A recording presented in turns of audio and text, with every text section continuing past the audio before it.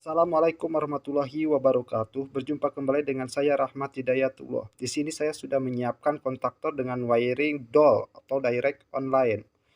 Yaitu ketika Anda menyalakan selektor switch ataupun saklar ataupun MCB, maka akan menyala terus-menerus. Ini saya anggap selektor atau saya anggap saklar, dan ketika selektor atau saklar ini dinyalakan, maka akan menyala terus-menerus. Seperti ini. Saya disclaimer terlebih dahulu ya.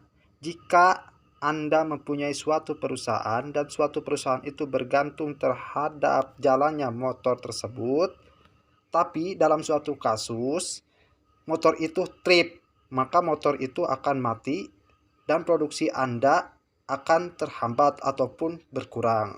Nah, bagaimana solusinya? Yaitu Anda bisa memanfaatkan tombol NO atau kontak point NO yang ada di overload ini. Dan ini sesuai dengan janji saya, yaitu di chapter 2 akan menjelaskan tentang kontak point NO yang ada di overload yang ini. Nah, overload NO ini berfungsi untuk menyalakan ini jikalau suatu overload atau rangkaian motor kita mengalami trip seperti ini. Nah, di sini ada tulisan T yang menunjukkan bahwa kontaktor ini trip dengan overloadnya.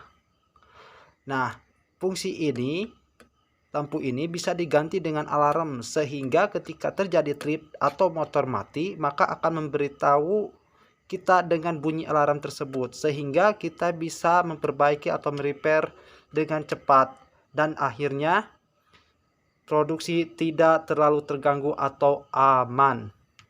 Nah, yang jadi pertanyaan, bagaimana cara wiringnya? Mari kita bongkar. Ini rangkaiannya telah kita bongkar ya.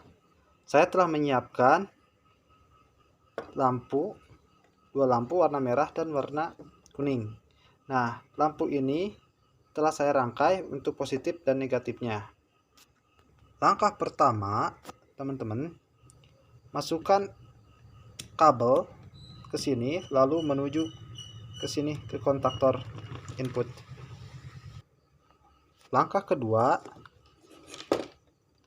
ini masukkan output kontaktor menuju lampu ke sini, lalu netralnya lampu masukkan ke sini.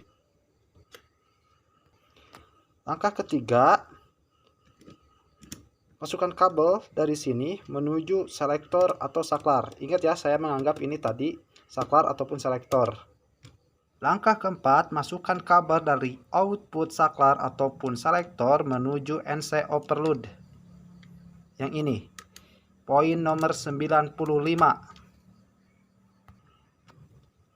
Langkah kelima, masukkan kabel dari sini menuju coil A2 kontaktor. Langkah keenam, dari A1 ini menuju netral.